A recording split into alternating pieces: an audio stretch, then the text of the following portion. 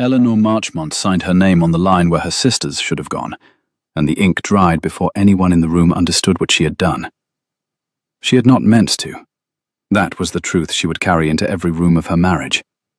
She had crossed to the solicitor's table only to steady the document, because Mr. Pelham's hand shook and the page had slid toward the edge, and the Duke's man of business was already drawing his watch from his waistcoat, as though the morning had a price that climbed by the minute. The pen lay across the contract like a fallen branch. Someone had to take it up. Sophia would not come. Sophia was, at that exact moment, 3 streets away in a hired post-chaise with a half-pay lieutenant and a portmanteau she had packed in the dark, and the only people who knew it yet were Eleanor and the cold sweat down her own spine. Miss Marchmont. Mr. Combe, the Duke's man, did not raise his eyes from his watch. The settlement is witnessed, the license obtained, the bride consenting. We require only the signature on the binding line and His Grace's carriage to the church. We are, I will remind you, within the half hour the special license allows. The binding line was blank. Above it, the contract named the bride in the careful copperplate of a clerk who had been paid to be careful. Miss Marchmont of Whitcomb Street, eldest surviving daughter of the late Captain Henry Marchmont. No Christian name. The negotiation had been conducted between mothers and money. The Duke had never asked which daughter, and the Marchmonts had been too desperate to volunteer that there were 2.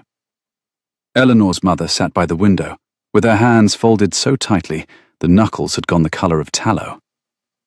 Mrs. Marchmont knew. She had known since 7 that morning, when she had gone up to dress her elder daughter for a duke and found the bed cold and a note pinned to the pillow. She had said nothing in the hour since, because there was nothing to say, that did not end with the word ruin.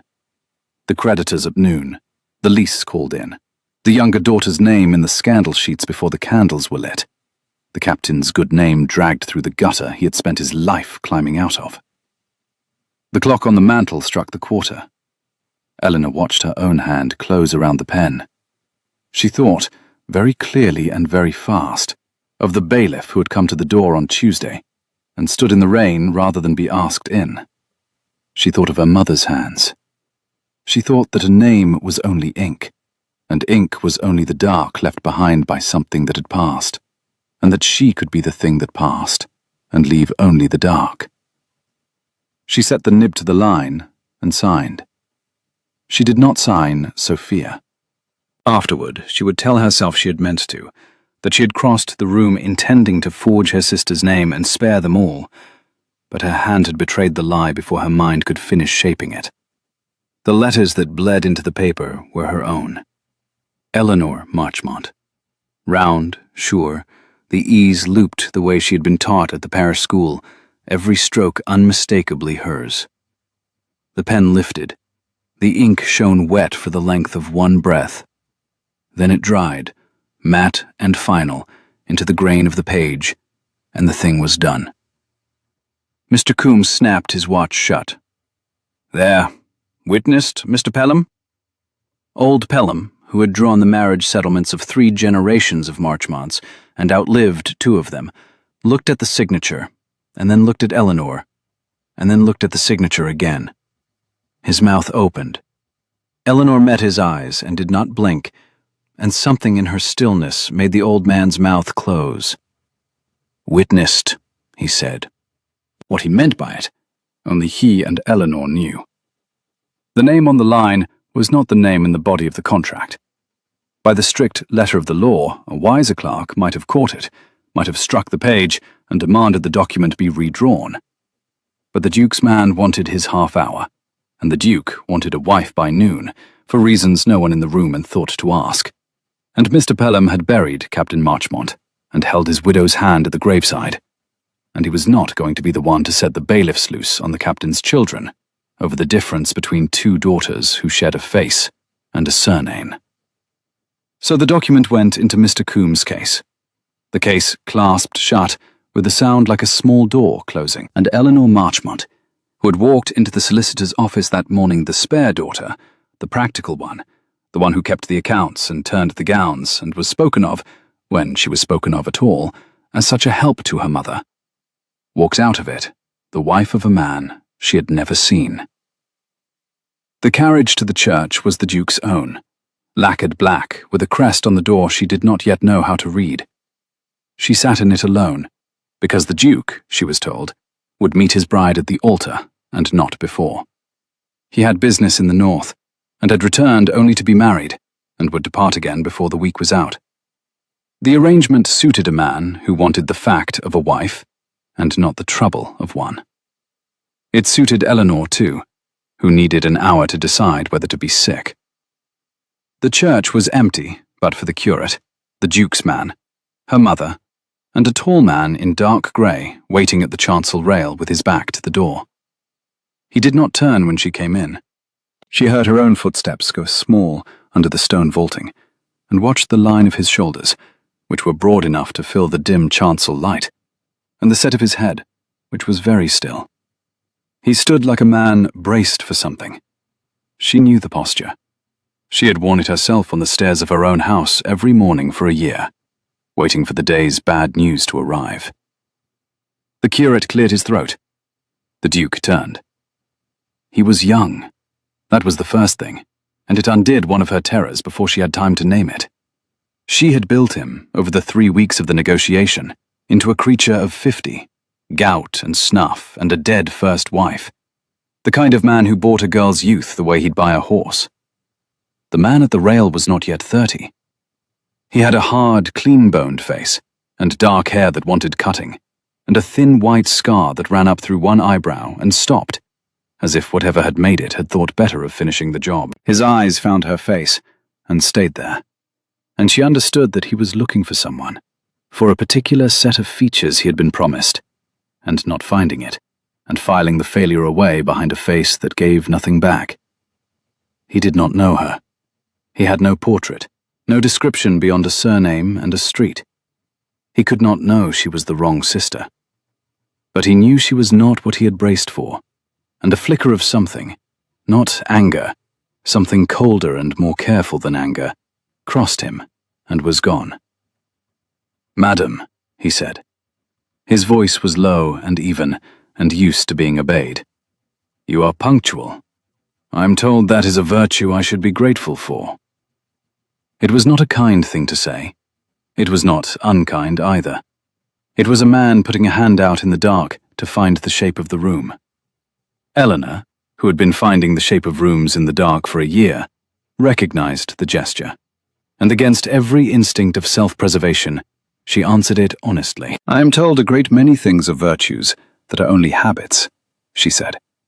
"Punctuality is one. I have nothing better to be late for." His head tilted a fraction. The cold, careful thing behind his eyes did not warm, but it sharpened. Interest of a wary kind. The look of a man who had expected silence and got a sentence with an edge on it. "Then we are matched in that, at least," he said. "Shall we?" They were married in 11 minutes by the curate's hasty book, with her mother weeping in a pew and Mr. Combe consulting his watch. And Eleanor said the words in a voice that did not shake, because she had decided, somewhere between the solicitor's table and the chancel rail, that she would not give a single thing in this day the satisfaction of her shaking. When the curate pronounced them man and wife, the Duke took her hand to seal it, and his palm was warm and dry and rough across the base of the fingers. A horseman's hand, a working hand, not the soft hand she had imagined, and he held hers a half-second longer than the ceremony required, looking down at it, at the ink that still ringed the side of her middle finger, where the pen had wept. "You sign your own letters," he said. It was not a question. It was an observation a man makes when he has decided to start noticing things. "I keep my mother's accounts," she said. "I sign a great deal." Said the Duke of Avenel, and let her go. And that was the whole of their courtship. Avenel was a day and a half to the west, in the chalk country, where the roads ran white between hedges just coming green, and Eleanor saw it first at dusk on the second day. A long, pale house at the head of a valley, lamps lit in only 3 of its 40 windows, the gardens around it gone to a soft grey wildness, that even the failing light could not make tidy. She had imagined a duke's seat as a blaze of stone and candle. This was a house holding its breath. This was a house that had stopped. She would learn why, in time. That first night, she learned only that the Duke did not dine with her. He had ridden ahead and was, the butler said, engaged in the library, and that her rooms were a suite of 3 in the east wing, where the furniture wore dust sheets like a row of patient ghosts, and that somewhere below stairs, a long case clock stood in the great hall, with its hands fixed at 20 minutes past 4, and its pendulum still. A clock that no one, the housemaid whispered when Eleanor asked, was permitted to wind. She lay awake in a strange bed in a stopped house and waited for the fury. It did not come that night. It did not come the next day, when she rose and dressed herself, because she had never in her life had a maid and did not know how to want one, and went down and found the Duke gone out riding before dawn, his coffee cold in the breakfast room, and a book left open face down on the table. Latin, she saw, turning her head to read it sideways. An old edition, with the soldier's rough thumb marks in the margins. She closed it gently and set a slip of paper to hold his place, because a year of poverty had taught her that you did not let a man lose his place in the one thing he had carried home with him. And she went to find the housekeeper and learn the geography of the prison she had married into.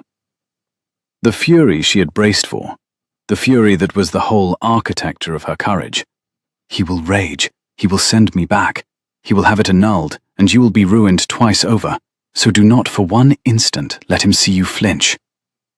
That fury never arrived. What arrived instead, over the slow, strange days that followed, was so much worse, because she had no armor built for it. What arrived was kindness, delivered sideways, by a man who did not seem to know he was being kind.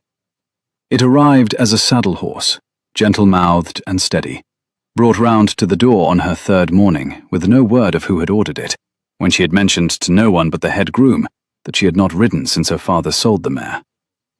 It arrived as a fire in the cold morning room she had taken to sitting in, lit before she came down, by a footman who could not say who had told him to lay it. It arrived as the book, for she found, 3 days after she had marked his place in the Latin, a second book left on the breakfast table, this one in English, a novel, the pages uncut, set squarely at her place and not his.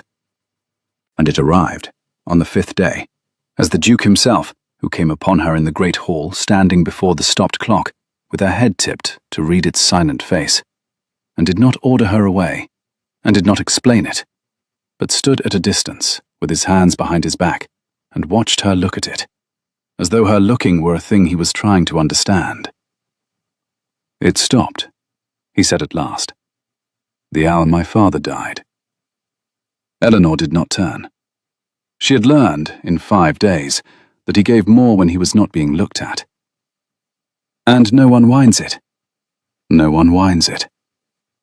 Because you do not wish to forget the hour, she said, or because you do not wish to mark the hours since. There was a silence behind her of a particular quality. When she did turn, the Duke was looking at her with the cold, careful thing in his eyes cracked clean across, and underneath it, for one unguarded instant, was a young man very tired and very alone, who had not expected to be read aloud in his own hall by a wife he had bought by accident. You are not, he said slowly, what I contracted for. The floor of the hall seemed to tilt. Here it is, she thought. Here is the fury, 3 days late and dressed as a quiet sentence.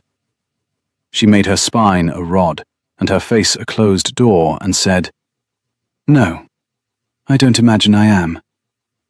But he only went on looking at her, and the thing in his face was not anger. It was something closer to grief, and closer still to relief, and he said, I contracted for a transaction. I've got a person. It is a great deal more inconvenient. And he turned and walked away down the cold hall, and left her standing before the clock that no one was permitted to wind, with her heart going hard and uneven against her stays, for a reason she refused, absolutely refused, to name. He dined with her that evening for the first time, and she understood it for what it was. Not courtesy, but a man making himself do a hard thing on purpose, the way a soldier walks a horse past the place it shied. The dining room at Avenel could have seated 40. They sat at one end of a table built for a dynasty, 2 places laid in an acre of dark mahogany, a branch of candles between them throwing more shadow than light. And for a long while, the only sounds were the fire, the new-woken clock ticking faintly from the hall, and the small, civilized violence of silver on china. Eleanor had dined in worse silences. She had dined across from her mother through the whole long year of the bailiffs, both of them pretending the soup was not thinner than last week's. She knew how to let a silence stand. But she also knew when a silence was a question, and this one was, so she answered it. "Your cook sorts with a heavy hand," she said, "and your wine is too good for a man who drinks it alone in a library. I notice these things.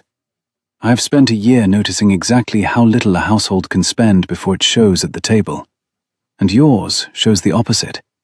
It spends and spends, and no one is here to taste it." She set down her fork. "You keep a house for 40 and live in it like a ghost in 3 rooms.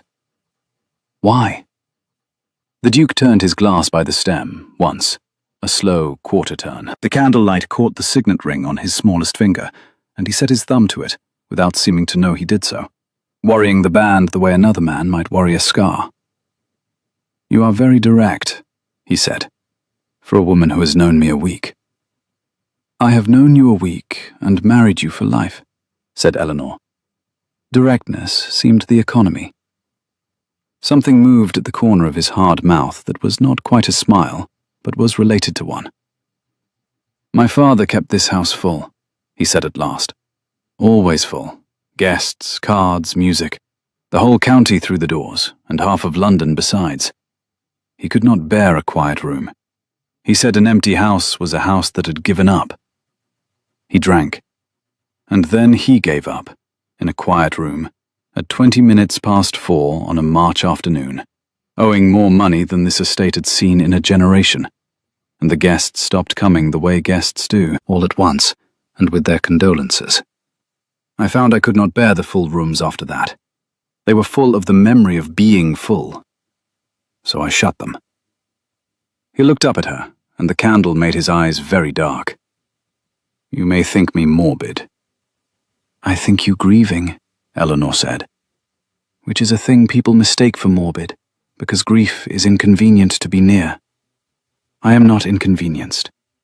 Pass the salt your cook was so free with, and tell me which of these 40 empty rooms has the books in it, because a man does not learn to read a soldier's Latin in a library he never enters." And the Duke laughed, a short, startled, rusty sound, as though the machinery of it had stood unused as long as the clock, and passed her the salt. And after dinner he took a candle and walked her the length of the shut-up east wing, pulling dust sheets off chairs as they went, so that the room behind them filled with the ghosts of his father's full house and the small storm of 2 years' dust. He showed her the long gallery and the music room with its shrouded pianoforte, and at the end of it the library, 3 stories of it, more books than Eleanor had seen in her life, and a single worn chair pulled close to a cold grate, where a man had plainly sat alone, night after night, reading dead men's words in a house full of the living dead. She did not say anything. She crossed to the grate, knelt in her good gown on the cold hearth, and built up the fire with her own hands, the way a year of dismissed servants had taught her. And when it caught, she sat back on her heels and looked up at him standing in the doorway with the candle, and said, "There. Now it is a room and not a tomb. You may read in it like a person." And the Duke of Avenel looked at his accidental wife, kneeling on his hearth, with soot on her glove and firelight in her hair, and the careful thing in his face did not so much crack that night, as quietly, for an hour, forget to be there at all. The Duke's half-sister arrived a week later, deposited from a school near Bath by a governess at the end of her patience, and Avenel acquired a noise. Lady Augusta Falk was 11 years old, sharp as a paper edge, and had been told nothing about the marriage except that her brother had got himself a duchess in the spring the way other men got a cold. She walked into the morning room where Eleanor sat with the household ledgers, looked at her for a long, frank moment, and said, "You're the wife." "I'm the wife," Eleanor agreed. "Sebastian said you came cheap." Gussie sat down uninvited and helped herself to a slice of the seed cake. "He didn't. He said you came unexpected. But I heard Coombs say cheap to Mr. Pelham, and Coombs says what Sebastian means, but he's too proud to." "And what do you think?"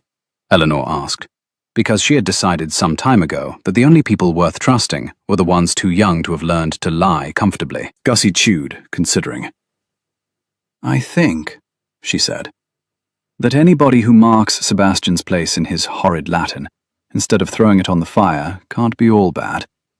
He noticed, you know. He carried the paper up to his room. I saw him do it." She licked a crumb from her thumb. "He hasn't carried anything up to his room in 2 years. Not since Lady Vivian."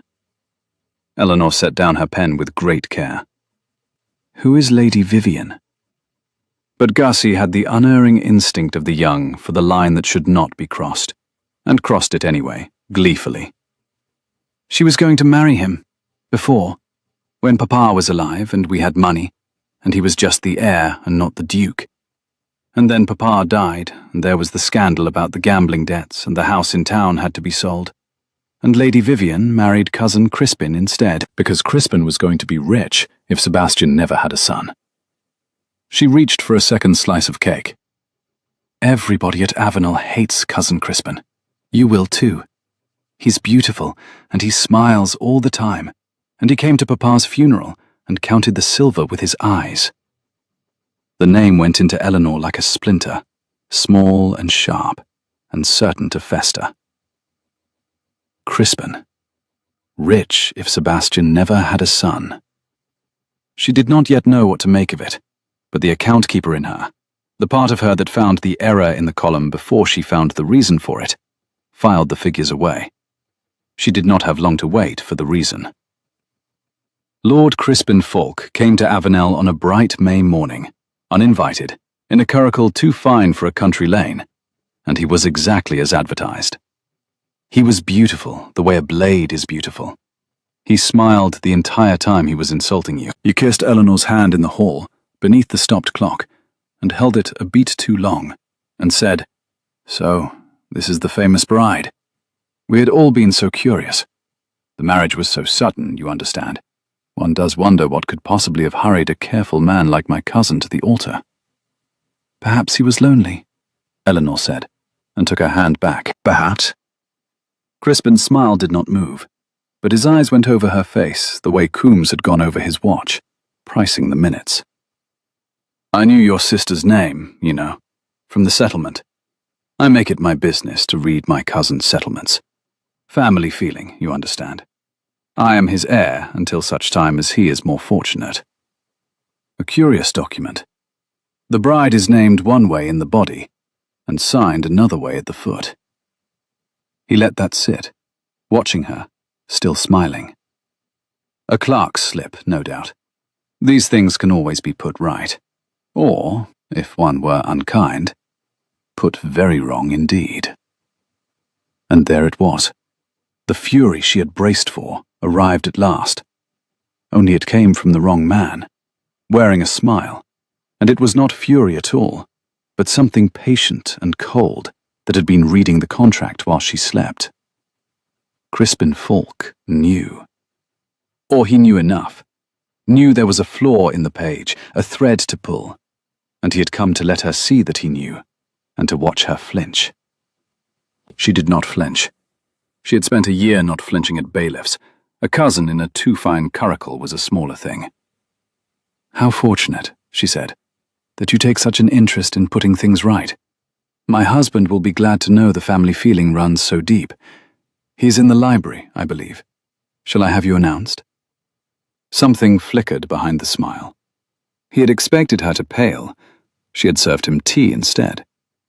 He inclined his head, conceding the small exchange, and went in to her husband, and Eleanor stood under the stopped clock and felt the splinter of his name turn, at last, into a shape she understood. The marriage was flawed. The signature did not match the contract, and if the marriage were void, if it could be proven a fraud, a substitution, the wrong daughter signed in place of the bride who had been bargained for, then there was no duchess, and there could be no legitimate son, and the cold, beautiful man in the library would inherit Avenel and the wardship of a sharp-tongued girl of 11, and everything the Duke had married a stranger to protect. She had thought, signing her own name, that she was saving only her mother. She understood now, far too late, that she had handed the Duke's enemy the one weapon he had been waiting 2 years to find. That night, for the first time, the Duke came to find her. She was in the morning room with a single candle and the household ledgers, not because the accounts needed her at that hour, but because numbers were the one thing in the world that did exactly what she told them to, and she needed, badly, for one thing to obey. The door opened without a knock. Sebastian stood on the threshold with his coat off and his shirt open at the throat and a decanter's worth of trouble in the set of his jaw, and he looked at her across the small, warm room as though she were a sum that would not come right. "My cousin," he said, "tells me there is an irregularity in our marriage contract." The candle flame stood very straight. Eleanor closed the ledger. "He tells me," the Duke went on, coming into the room, "that the bride is named one way and signed another, that a clever man with a grievance might call it fraud, that a marriage built on a false signature is no marriage at all, and might be unmade by any court in the land, given a cousin patient enough to bring it." He stopped at the far side of the little table. Up close, she could see he was not drunk. He was something worse than drunk. He was a man who had been handed the explanation for a kindness he had let himself feel, and did not like the explanation. "He tells me my wife is not the woman I contracted for, that there were 2 Marchmont daughters, that the elder ran and the younger signed. Is it true?" She could have lied. She was good at the small lies that kept a household from despair, but she was looking at the cracked, careful thing in his face, the young, tired, alone man underneath, and she found she could not do to him the thing that had been done to him already by a woman who chose the richer cousin. So she told him the truth, all of it, in a flat, steady voice. The cold bed, the note on the pillow, the bailiffs at noon, the half-hour the license allowed, her mother's hands, the pen lying across the page like a fallen branch, the way her own hand had signed her own name before her mind could shape the forgery, the way she had walked out, a wife. "I did not mean to deceive you," she said when it was done. "I meant to save my mother. I did not think past the ink. I have thought of very little else since." She made herself meet his eyes. "I will not pretend I am sorry I am not ruined. But I am sorry that my not being ruined has cost you a weapon in your enemy's hand. That I did not intend, and that I would undo if I could." The Duke was silent for a long time. The candle burned. Somewhere in the cold house, a board settled. "You signed your own name," he said at last, "when a forgery would have served you better." "Yes." "Why?" Eleanor looked at her own hands on the closed ledger, at the faint, perpetual shadow of ink along the side of her finger. "Because a forged name is a lie you have to keep telling," she said. "And I was tired. I have been keeping lies upright for a year. That we were comfortable, that the mare was sold because we'd grown too fond of her, that my mother slept. I did not have one more lie in me. So I told the truth, and let it be my own name. And I thought, let it cost what it costs, but let it be true." She looked up. "It was the only honest thing I did that day. I find I am not able to regret it, even now."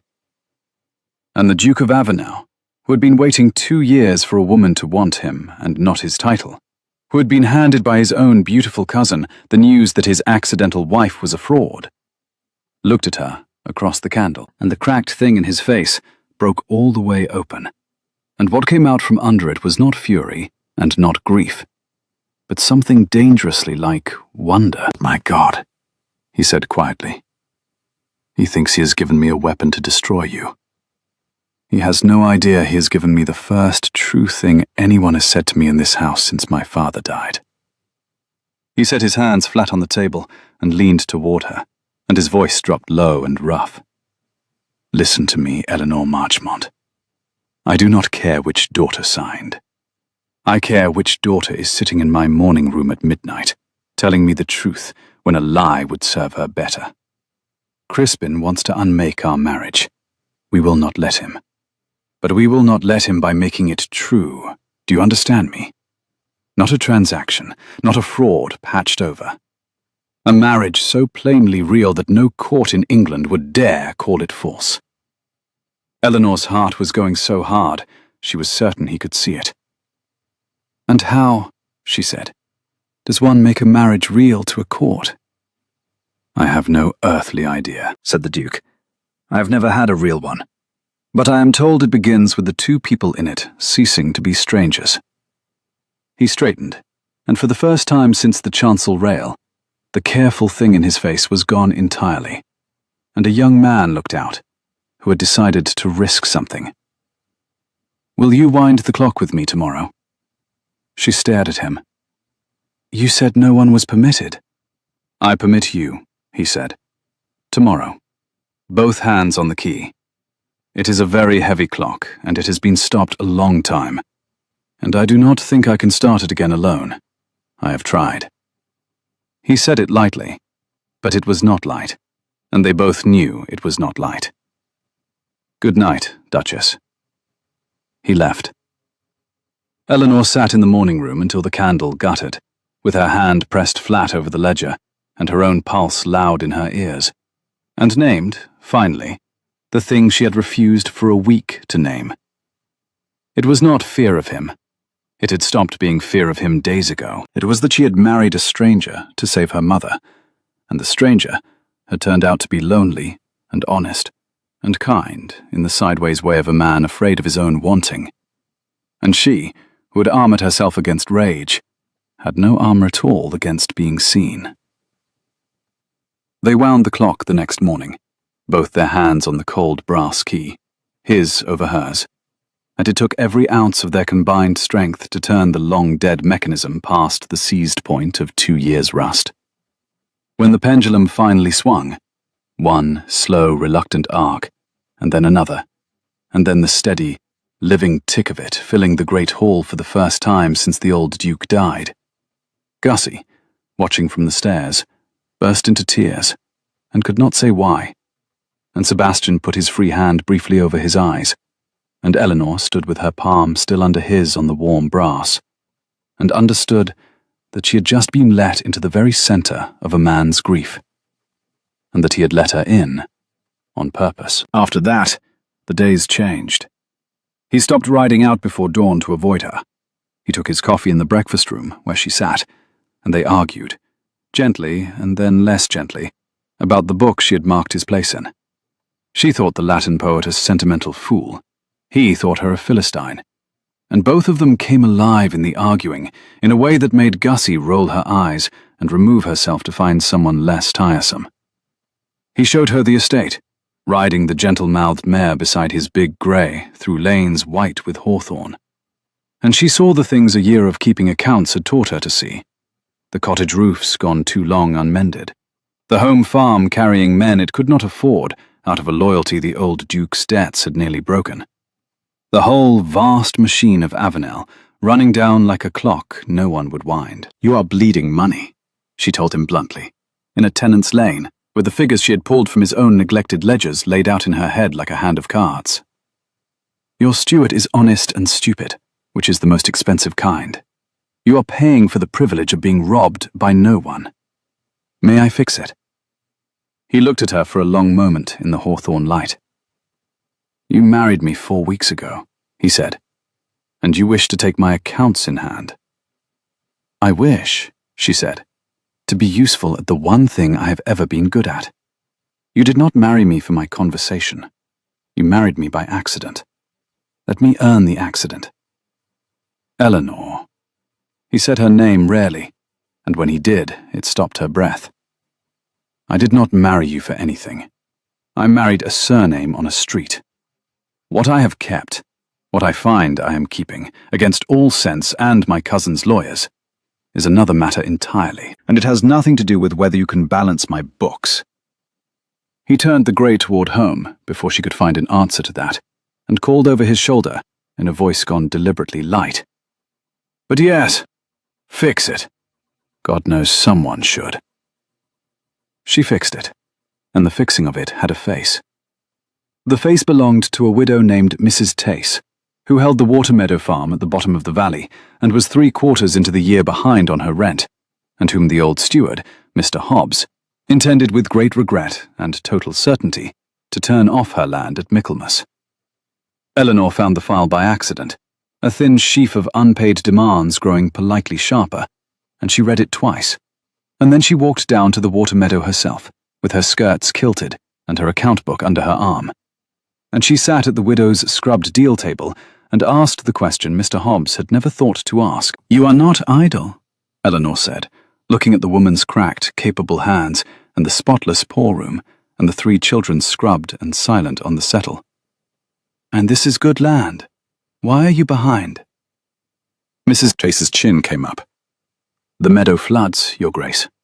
Every spring, since the old Duke let the leat silt up.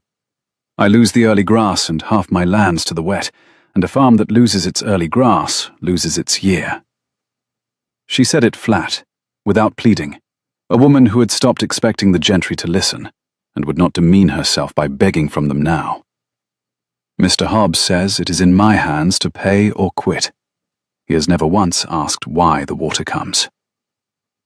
Eleanor walked the leat that afternoon, the whole silted length of it, in the Duke's borrowed boots, and she saw exactly where a season's labour with 2 men and a load of stone would carry the spring flood clear of the meadow grass. And she did the sum standing in the mud, the cost of the work against the cost of an empty farm, a turned-off tenant, the early grass lost every year in perpetuity to save a fortnight's wages now. And the sum came out so plainly that she was angry, properly angry, but no one had troubled to do it in a decade. She did the work. She forgave Mrs. Tace half the arrears outright and set the other half against a year's reduced rent, while the leat was mended. Terms harder than the old Duke's careless charity, and far kinder than turning a widow onto the road. And above all, terms that added up. And when Mr. Hobbs protested that it was not how things were done, she opened her account book and showed him, column against column, exactly how much his way of doing things had been costing his master. And the honest, stupid man went red to his collar, and then, slowly, nodded, because the figures did not lie, and he had never been a man who argued with figures once he was made to look at them. It was the same everywhere she looked, once she began to look. A roof left to rot because the slates cost £3, and the rebuild, when the rot won, would cost 40. Men kept on the home farm out of the old Duke's loyalty, and paid out of capital the estate no longer had, when a season's clever reorganizing could keep every one of them in honest work the land could actually carry. A whole vast machine of obligation and neglect, grinding itself to powder for want of one person willing to sit in the cold office and find the holes. Eleanor sat in the cold office. She found the holes. And the tenants who came to those meetings wary, braced for a new duchess to mean new hardness, went out of them calling her, at first carefully, and then with a respect that had nothing careful left in it, her Grace, and meaning it. The Duke watched it happen.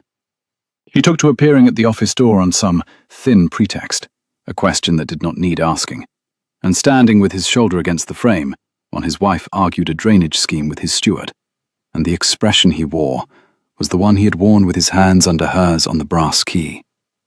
The expression of a man watching a thing he had given up for stopped begin, against all his expectation, to tick.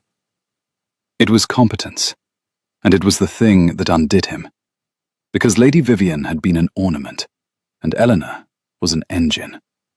And a lonely man who has been left for a richer cousin learns, slowly and against his will, to love the woman who stays and works. He told her about Lady Vivian on a wet night in June. And he told her because she did not ask. They had been caught out by the weather, the two of them, riding back late from the far cottages with a drainage plan settled at last between them, and a summer storm had come up over the down with no warning at all. The kind that turns the white chalk track to a running stream in minutes and drives the rain sideways under a hat brim like flung gravel.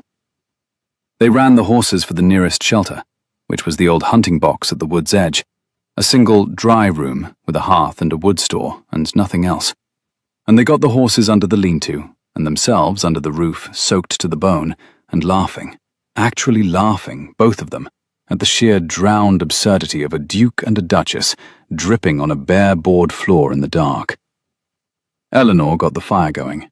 Of course she did. By now he had stopped being surprised that his wife could lay a fire faster than his footman, and only crouched beside her, feeding the small flame with kindling from the store, their shoulders nearly touching, the rain roaring on the roof, and in the low orange light, with the world shut out by water, he said, without preamble, looking into the fire and not at her, "There was a woman I was going to marry. Before. You will have heard the name from Gussie, who cannot keep a name behind her teeth to save her life." "Lady Vivian," Eleanor said. She kept her eyes on the fire too. She had learned that he gave more when he was not looked at, and she gave him the not looking like a gift. "Lady Vivian." The rain filled the pause. "We were all but promised. This was when my father lived, when I was the heir and not the duke, when there was money and a house in town, and the whole bright certain future a man takes for granted at 25. She was beautiful and clever, and she laughed at my jokes, and I thought, God help me, I thought she chose me." He fed a stick to the fire. "And then my father went, and the scandal broke, and the money went with it. And within the month, Lady Vivian discovered a previously unsuspected attachment to my cousin Crispin, who stood to be very rich indeed if I never had a son." His voice had not changed, but his thumb had found the signet ring and would not leave it. She was perfectly kind about it. That was the worst. She came and explained to me, very gently, as one explains a thing to a child, that she had never been promised to a duke, that the man she had been fond of was a future that had simply ceased to exist, and she could hardly be held to a bargain the bargain itself had broken. And she was right. That is what I have not been able to put down in 2 years. By every law of the world, she was right. I was no longer the man she had agreed to want. The title had eaten him, and left only the debt and the name. The fire cracked. Outside the rain went on and on. "So I learned what comes to Avenel," he said. "Comes for Avenel. The land, the rank, the name. Never the man. Because the man, it turns out, is the one article in this house no one has ever had the least use for. I shut the rooms. I read my dead soldiers in the cold. I taught myself to want nothing that could be taken from me, and I did the job so thoroughly that when Coombe told me the only way to keep Gussie from Crispin's hands was to marry and breed an heir, I agreed to it as I would agree to drain a field, a contract, a surname on a street, a transaction with a stranger who could not disappoint me, because I had arranged in advance to feel precisely nothing for her at all." He turned his head then, at last, and looked at her in the firelight, soaked and steady, and close enough to touch. "It was a very good plan, Eleanor. I cannot tell you how completely it has failed." She reached for the banter that was their whole engine, and found it gone, burned out of her by the look on his face, and what she did instead was reach across the small space and lay her hand over the hand that worried the ring. To still it, only to still it, the way she had stilled 100 frightened things in her life. The moment her cold fingers closed over his, the storm and the cleverness went out of the room, and left something else standing in their place, enormous and quiet. He went very still. He did not pull his hand away. He turned it slowly under hers until they were palm to palm, his rough horseman's hand and her ink-shadowed one, fingers loosely laced, and neither of them looked away. and neither of them spoke. "You should know," Eleanor said finally, very low, "that nothing in my life has ever come to me for Avenel, or a title, or anything that could be taken. Nothing has ever come to me at all. I am the second daughter, the useful, plain one. No, don't argue it. I have a mirror, and I have a sister, and I know exactly what I am. The one who keeps the books, or the beautiful one is courted. I learned the opposite lesson to yours. I learned that nothing comes to me, and I wanted nothing so well for so long that when a stranger I'd married began leaving me books and lighting my fires." Her voice caught. She mastered it. "We are a great pair of fools, Your Grace. Two people who each arranged in advance to feel nothing, sitting in a wet hut failing at it in the very same hour." His fingers tightened over hers. The firelight ran gold along the scar through his eyebrow. "Then let us fail at it together," he said roughly, "and make a thorough job of that instead." For one suspended instant, the whole storm seemed to lean in toward them. But the horses stamped under the lean-to, and the spell did not break so much as bank itself, like a fire damped down to burn slow until morning, and they sat on palm to palm in the orange light, and let it burn, because some things are the sweeter for being made to wait, and both of them, in their separate silences, had decided to wait.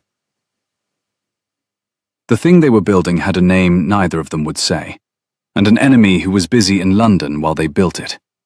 Crispin's lawyers moved quietly through the early summer, and word of their moving came back to Avenel in fragments. A letter to Mr. Pelham requesting, with exquisite courtesy, a certified copy of the marriage settlement. A clerk dismissed from the firm that had drawn it. A Mr. Dyer paid off and vanished. A question put to a bishop's chancellor, hypothetically, about the validity of a marriage where the signature did not match the named party. The shape of it was unmistakable. Crispin was building, brick by patient brick, a case to have the marriage declared void, and with it, the wardship of Gussie transferred to himself as the next adult male of the family, and the entail of Avenel pointed at his own door, and Sebastian left a duke without a duchess, without a sister, without a future. Exactly the ruin the cousin had been smiling toward since the old duke's funeral. "He can't truly do it," Eleanor said, the night the letter about the bishop's chancellor came. "Surely the law would not unmake a real marriage over a clerk's slip."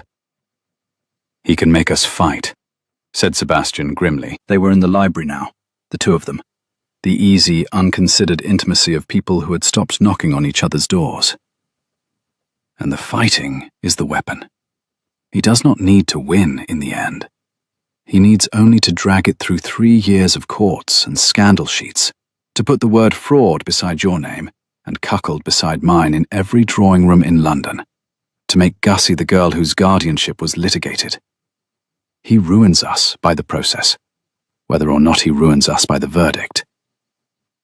He dragged a hand through his too long hair. "And the devil of it is the flaw is real. You did sign your own name. The contract does name your sister. He did not invent the crack. He only found it." Eleanor sat very still, and the account keeper in her, the part that found the error before the reason, turned the figures over once more, and stopped, on a number that did not add. "Sebastian," she said slowly. "The clerk who drew the contract, the one who left no Christian name in the body, the one who has now been paid off and vanished. Mr. Dyer." She looked up. "Who recommended that firm to my mother?" He frowned. "Pelham used them. They are an old, respectable—" "No." She was on her feet now, the whole cold shape of it assembling. "My mother did not choose the solicitors who drew the settlement. The Duke's side chose them. Coombe named the firm, I remember it. He said His Grace's people preferred a London house. Your people chose the clerk. The clerk left the bride's name blank in the body. Not Sophia, not Eleanor, just Miss Marchmont, which is the precise flaw that made my signing my own name fatal instead of harmless. And the same clerk has now been paid to disappear by the very cousin who is using that flaw to void the marriage." She pressed her ink-shadowed fingers to her mouth. It was not a slip. Sebastian. The contract was drawn to be broken. Crispin had his clerk leave the crack in the page 2 months before either of us knew there would be a substitution. He was not planning to void a marriage to the wrong sister. He was planning to void your marriage to any woman, to leave a flaw in whatever contract you signed, so that the day you ever married, he would hold a thread to pull. My sister running, my signing. That was only chance handing him a better story than he dared to write himself. The library was very quiet. Sebastian had gone pale beneath the summer brown of his face. He has been building this, he said, since before I ever heard your name. Yes. Then the clerk. The clerk is the case, Eleanor said. Not against us, against him. A clerk paid to leave a flaw and then paid to vanish is not a witness to our fraud. He is a witness to Crispin's. If we find Mr. Dyer before Crispin can put him on a ship, we do not defend the marriage at all. We prosecute the man who built it to fail. And Sebastian crossed the library and took her face in both his rough, warm hands. And for one suspended moment, she thought, she was almost sure, he meant to kiss her. And she discovered, with a lurch, how very much she wanted him to. But he only held her face and looked at her, fierce and astonished, his thumbs at the corners of her jaw, and said, "Where on God's earth did my accidental wife learn to think like a chancery lawyer?" "I kept my mother's accounts," she said, a little breathless. "You find that the man who is cheating you always leaves the same kind of hole. You only have to be willing to look at the hole instead of away from it." Eleanor. His voice had gone rough again, and his hands had not moved from her face. "I'm going to say something I have no right to say, given how we came to be married. May I say it?" The clock in the great hall, 2 rooms away, ticked steadily through the silence. "Not yet," she heard herself whisper, and her own honesty appalled her even as it saved them both. "Not while it might be the case talking. Not while we're frightened. Say it when we've won, Sebastian. Or don't say it at all. But don't say it to me in the dark when we're afraid. Because I have had a whole life of people meaning things in the dark that they could not afford in the daylight. And I would rather have nothing from you than that."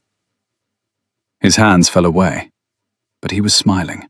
A real smile. The first whole smile she had seen on him. And it changed his hard, scarred face entirely. "When we've won, then," he said. "I'll hold you to that. And Eleanor, I am not a man who says things in the dark he cannot afford by day. You'll find that out. I mean to make a great nuisance of proving it." Crispin made his second move in the open, before 200 people, at the Marchwood Assembly. Because a patient man who cannot yet win in a courtroom will settle for winning in a ballroom. Sebastian had not wanted to go. The county had sent its card to the new Duchess of Avenel out of pure curiosity. The sudden bride, the shut-up house thrown open at last, and to refuse it would have been to feed every rumour Crispin's lawyers were quietly seeding. So they went, Eleanor in a gown of deep amber silk that Gussie pronounced almost frightening, and they walked into the long, bright assembly room on a wall of stairs, and a silence that lasted half a beat too long. The silence a room makes when it has been talking about you, and must suddenly pretend it has not. Crispin was there. Of course, Crispin was there. He had come down from London for precisely this, and he crossed the floor to them with his eternal smile, while the nearer half of the county leaned in to listen without appearing to. "Cousin, and the famous Duchess," he bowed over Eleanor's hand. "How well you both look. Quite the picture of domestic content. One would never guess." He let his voice carry just enough to the matrons at the wall. "What an eventful spring it has been at Avenel. Tell me, Your Grace, do you find the married state agrees with you? It came upon you so very suddenly. One hears the strangest things about the circumstances. A clerk's error, a settlement, a signature that... But no, family business. I shall say nothing." He smiled around the listening room. "I am the soul of discretion." It was beautifully done. He had said nothing and accused everything.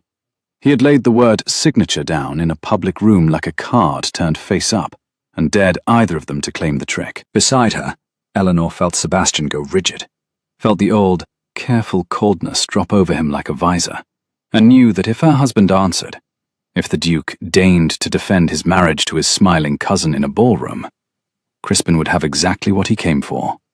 A scene, a heat, a confirmation that there was something to defend.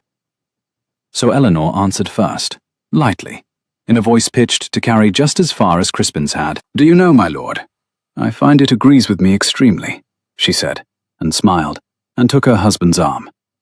"As to the suddenness, I have never understood why the world thinks a thing done quickly is a thing done carelessly.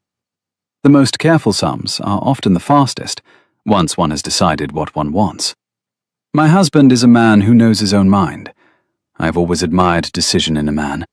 It is so much rarer," she added, sweetly, looking directly at Crispin, "than a long and patient hesitation that never quite resolves into doing anything at all. Some men spend years circling a thing they want and call it strategy.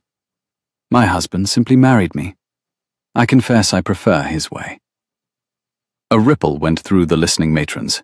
Not quite a laugh, but its well-bred cousin, the small, indrawn sound a room makes when a hit lands. Crispin's smile held, but something behind it did not. He had come to paint her as a fraud, quietly grateful to escape exposure. She had answered as a wife so secure she could tease him about his own thwarted patience. And the room, which knew Crispin Folk for exactly the smiling hoverer he was, which had watched him circle Avenel since the old Duke's funeral, believed her, because confidence is the one thing no lawyer can manufacture, and she had it in amber silk to her fingertips. "You are quick, Your Grace," Crispin said softly, for her ears now, the public smile worn thin over something colder. "I had not expected quick." "No," Eleanor agreed, just as softly. "Your sort never does. You expect the second daughter to be grateful and frightened. I was grateful and frightened for a year, my lord, at the hands of men far more dangerous than you, and I came out of it counting. You should think very carefully about whether you wish to be a column in my book. The things I find, when I am made to look, have a way of not staying private." She pressed her husband's arm and turned them both away before Crispin could answer, into the bright noise of the room, leaving him standing alone in the small island of silence a man occupies when a woman has just walked away from him in front of his neighbors. "Remind me," Sebastian murmured against her ear as he led her into the forming set, his voice not quite steady with something that was half fury and half open delight. "Never, so long as I live, to find myself a column in your book." "You are the whole front page, Your Grace," said Eleanor, and let him take her hand for the dance. "And well you know it."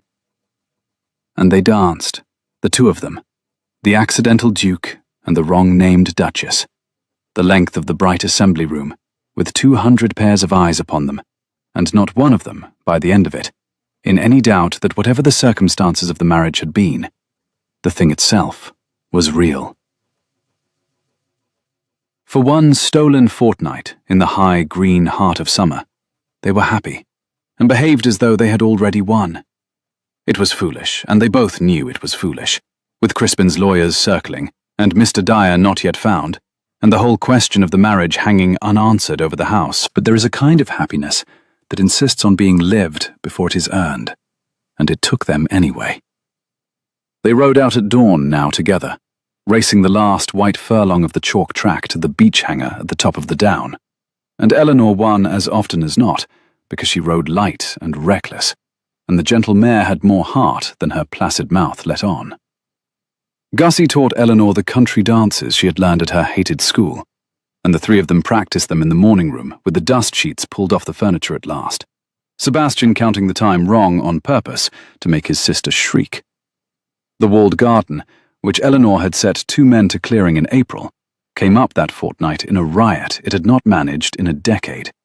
Old roses gone half wild, lavender, a tangle of sweet peas Eleanor cut by the armful for the rooms that had stood empty so long they had forgotten the smell of flowers. Gussie watched the whole business of her brother's happiness with the merciless attention of the very young, and pronounced upon it freely, usually at meals. "You're different," she informed Sebastian one breakfast, pointing her spoon at him across the marmalade. "You've gone soft in the face. You used to look like the portrait of great Uncle Mordaunt who shot the bishop's peacock, and now you look like a person." She turned the spoon on Eleanor. "It's her. She's done it. I don't know how. She's not even pretty in a useful way. She's pretty in the way that creeps up and gets you, which Miss Featherstone says is the worst kind, because you can't be on your guard against it." She returned to her egg, satisfied. "I'm telling you for your own good. Somebody in this family has to say true things, or we'll all go back to being a tomb." "Augusta," said Sebastian, in the tone of a man who has given up. "It's a compliment," Gussie said, wounded. "I said she crept up and got you. That's the nicest thing I've ever said about anybody. I didn't say it about Lady Vivian, and she was pretty in the useful way." She considered. Lady Vivian was pretty like a sideboard. Eleanor's pretty like a fire you didn't know was lit till you were already warm. She buttered her toast with the air of a philosopher who has settled the matter. "There. That's the truest thing. You may both thank me later." Eleanor, who had spent her whole life being called useful and never once pretty, had to put her cup down very suddenly and look out of the window for a moment at the wild garden.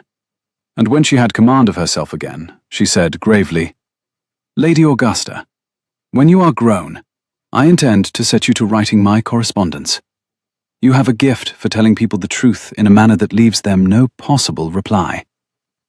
"That," said Gussie, immensely pleased, "is exactly what Miss Featherstone said. Only she didn't mean it nicely." One evening, near the end of it, they sat on the warm stone steps that led down into the wild garden, Gussie asleep indoors, the long light going gold and then rose over the down. And Sebastian said, idle and unguarded, "When the lilacs come again next spring, I'll have the south wall rebuilt, and you can have your espaliered pears against it. You said you wanted pears." He said it the way a man says a thing he has stopped guarding, a whole future in the future tense, next spring, laid down between them on the warm stone without a tremor. And Eleanor, who had not let herself believe in next spring for over a year, who had taught herself to live in noons and quarter hours because the future had only ever meant the next bad letter, felt the future open in front of her, like a door she had thought was a wall, and had to look away across the garden so he would not see her face do what it was doing. "I said I wanted pears," she agreed when she could. "I'll hold you to the wall, Your Grace." "You hold me to a great many things," he said. His hand found hers on the warm stone, not gripping, only resting, the rough horseman's palm over her ink-shadowed fingers, the way it had rested on the brass key the morning they woke the clock. "I find I don't mind. I find I've spent 2 years being held to nothing, and it is a great deal colder than being held to pears." They did not kiss, even then. But she turned her hand over under his so their palms lay together, and they sat until the last of the rose light went out of the down, 2 people, inhabiting a marriage as though it were already true and already safe. And neither of them said the word that was sitting warm and unspoken between their joined hands, because she had asked him to wait until they'd won. They had not won. That was the trouble with happiness lived before it is earned. The bill always comes. The bill came in a black travelling chariot on a grey morning at the very end of summer, and it brought Crispin Falk and a king's council and a sheaf of papers. And it brought, riding behind in a hired chaise, with her face white and her gloves twisted to ruin, Sophia, Eleanor's sister, the bride who had run. Crispin had found her. Of course he had found her. A runaway lieutenant and his bride could not vanish from a man with money and patience and lawyers. He had found Sophia and her Thomas living quiet and poor in a Portsmouth lodging, and he had not exposed them, oh no. He had done something far cleverer. He had made Sophia an offer, and he had brought her to Avenel to take it, and he laid the whole exquisite trap out in the cold morning room with his eternal smile, while the King's Council arranged his papers, and Sebastian stood white and still by the window, and Eleanor felt the floor of her built happiness drop away beneath her. "It is very simple," Crispin said. "My cousin's marriage is void. The signature does not match the named bride, and I have a witness, a Mr. Dyer, presently very comfortable and very far away, who will swear the substitution was a fraud entered into knowingly to extract the settlement money. That alone unmakes the marriage. But I am not a cruel man." The smile widened. "I offer an alternative. The contract names Miss Marchmont, eldest daughter. Sophia is the eldest daughter. Let the true bride stand up. Let Sophia honor the contract her family signed, a quiet annulment of this irregularity, and a proper marriage to my cousin within the month, the eldest Miss Marchmont to the Duke as God, and the settlement intended. The family's debts are paid either way. The only question is, which sister leaves Avenel?" The cruelty of it was perfect, and Eleanor saw every blade of it at once. If Sophia refused, Crispin prosecuted the fraud. Void marriage, ruin, Gussie's wardship, the word cuckold in every drawing room. If Sophia accepted, the marriage was annulled cleanly. The Duke kept his estate, and his sister, and his name, and lost only Eleanor, traded back out for the correct sister, like a parcel sent to the wrong house, and quietly redirected. Either way, Crispin won something. Either way, Eleanor was the thing removed. And the worst of it, the thing that drove the blade all the way home, was that the second choice was good for Sebastian. It saved everything he had married to protect. A reasonable man, a man who had married a surname by accident and never asked for a person, would take it. Should take it. Eleanor looked at her husband across the cold room, and she did the arithmetic she had always been better at than anyone. And the sum came out the way she had spent her whole life expecting sums about herself to come out. She was the spare. She had always been the spare. Sophia was the beautiful one, the eldest, the one the contract named, the one the world had bargained for. Eleanor was the one who kept the accounts and turned the gowns and signed the wrong name, and was, in the end, redirected. The kindness, the clock, the pears against the south wall next spring. Those had been real. She did not doubt they had been real. But they had been the kindness a lonely man gives the stranger who happens to be in the house. And now the right woman stood white-faced in the doorway, and the lonely man could have the marriage he had actually contracted for, and lose nothing but the accident. He had been kind to the wrong sister, she thought, because the wrong sister was the one who came. He will be kinder still to the right one. I was a placeholder he grew fond of. The true name was always going to be claimed. She stood up. Her voice, when it came, was perfectly steady, because she had decided in the solicitor's office months ago that she would not give a single thing the satisfaction of her shaking. And she did not break that rule now, though it cost her more than all the rest. "Then it is easily settled," she said. "I will not have my sister or my husband ruined over a flaw in a page.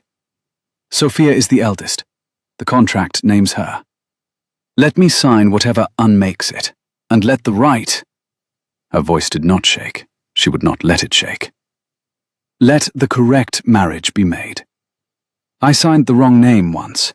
I can unsign it.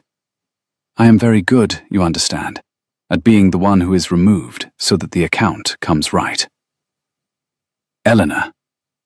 Sophia started forward, stricken. "No," Eleanor said. "You love your lieutenant. Go and love him. I have wound a clock and balanced a ledger, and that is a great deal more than I ever expected from a spring. And I—" She stopped, because for one terrible instant the steadiness nearly went, and she would not have it go. Not here. Not in front of Crispin's smile. She turned to the door. "I'll have my things sent for." "Sit down," said the Duke of Avenel. He had not moved from the window, but the careful coldness that Eleanor had watched crack open all summer had come back over his face. Except it was not turned on her now. It was turned on his cousin, and it was not careful at all. It was the face of a man who is finished, at long last, being patient. "Sit down, Eleanor," he said again, more gently, without looking away from Crispin. "You have made one calculation too many. You have calculated everything in this room except the one figure you have never once entered in your own ledger, which is what I want.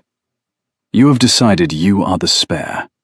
You decided it years ago in another house, and you have carried the decision here, and you are about to act on it. And you are wrong. And I am done letting you be wrong in silence." He crossed the room. He did not go to Crispin. He went to Eleanor, and he took both her cold hands in his rough, warm ones, in front of the King's Council and the cousin and the white-faced sister. And he said the thing he had asked leave to say in the dark library a month ago, and been told to wait. And he said it, now, in the daylight, in front of his enemy, exactly as he had promised he would. "I love you," said Sebastian Falk, Duke of Avenel. "Not the marriage, not the convenience, not the surname on the street. You, the woman who marked my place in a book she despises, who woke my father's clock with her hands under mine, who found the hole in my accounts and the hole in my cousin's plot, and never once flinched at a bailiff or a beautiful man's smile. I do not want the correct sister. I have never in my life wanted anything correct. I want the one who signed her own name when a lie would have served her better. And I will burn this estate to the chalk before I trade her back for a clause." His grip tightened. "So, no. The Duchess stays. And the only person leaving Avenel today is the man who has been waiting 2 years to count my silver into his own pocket." The room had gone utterly silent. Eleanor's heart was a wild thing against her stays, and her eyes had filled past her power to stop them, and she did not care. For once in her ordered, careful life, she did not care who saw. But Crispin's smile had not faltered. "A very pretty speech," he said. "It changes nothing. The marriage is void in law, cousin, whatever it is in your heart. I have my witness, I have my papers. Sentiment is not a defense to fraud." And Eleanor, with the tears still standing in her eyes, and the Duke's hands still warm around hers, and her whole upended life suddenly, fiercely worth the fighting for, found that the account-keeper in her had never once stopped working. "You have a witness," she said. "Mr. Dyer, the clerk who left my Christian name out of the contract." "I do." "The clerk your people engaged." She withdrew one hand from Sebastian's and turned to face Crispin fully, and her voice was steady again, but it was a different steadiness now. Not the steadiness of a woman braced to be removed, but the cold, clean steadiness of a woman reading an enemy's books and finding the embezzlement in the third column. "Mr. Coombe named the firm at my husband's instruction, yes. But I have spent the summer in this estate's correspondence, my lord. Every letter, every account, going back 3 years, because that is the one thing I am good at. And I know who recommended that firm to Mr. Coombe. I have the letter. It is in your hand, Crispin. You proposed the London house to my husband's man of business 2 months before my sister ever ran, before there was any substitution to exploit. You engaged the clerk who drew the flawed page. You paid him to leave the crack. And you have now paid him to vanish, which a court will find a great deal more interesting than the crack itself." She let it land. The room did not breathe. "Your witness does not prove our fraud, my lord. He proves yours. A clerk paid to draw a contract to fail, and paid again to disappear, on the instruction of the very heir who profits when it fails. Produce Mr. Dyer in a courtroom, and it is not my marriage that ends. It is your liberty." The smile died on Crispin Falk's beautiful face at last, the way the light had died over the down, all at once, and from the inside. "You're bluffing," he said. "There is no such letter."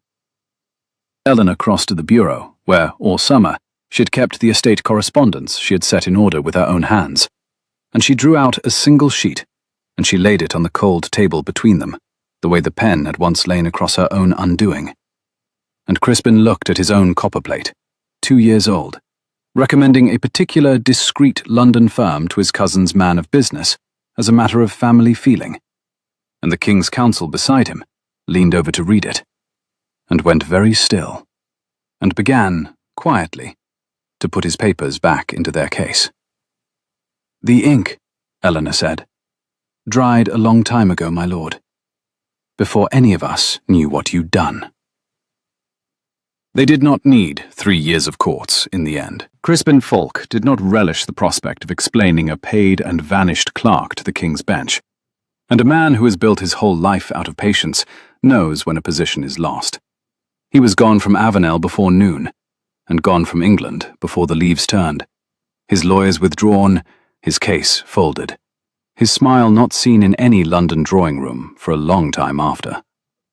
Mr. Dyer, found at last in a Gravesend boarding house by Sebastian's people 2 days ahead of Crispin's, proved very willing to swear to who had paid him and why, in exchange for not being prosecuted himself, and his sworn statement sat in Mr. Pelham's strongbox for the rest of their lives as a thing that was never needed and never forgotten. And the marriage, the flawed, accidental, wrong-named marriage that had begun with a pen lying across a page like a fallen branch, was made, at last, and properly, true. Not because a court demanded it, but because they chose it. They were married again in the little estate church on a gold September morning, with Gussie scattering the last of the wild roses from the walled garden, and Sophia and her lieutenant standing up as witnesses. And this time, when Eleanor came up the aisle, the Duke turned to watch her the whole way, and there was nothing careful left in his face at all. She signed the parish register afterward in the vestry, in her own round, sure hand, the ease looped the way the parish school had taught her. Eleanor, Duchess of Avenel, and the ink shone wet for the length of one breath before it dried into the grain of the page. The same hand, the same name. Everything else in the world changed. "There," said Sebastian quietly at her shoulder, watching her set the pen down. "The wrong name, you once called it." "I did," she said. "And now?" Eleanor looked at the ink, drying, dark and final, and entirely chosen. And then she looked up at her husband, at the young, scarred, lonely no longer face she had been let into all the way to the center of. "Now," she said, "it's only ever been mine." The lilacs came again the next spring, as he had promised they would, and the south wall was rebuilt, and the espaliered pears went in against the warm new stone, with Eleanor's own ink-shadowed hands in the soil among them. The great hall clock kept good time now.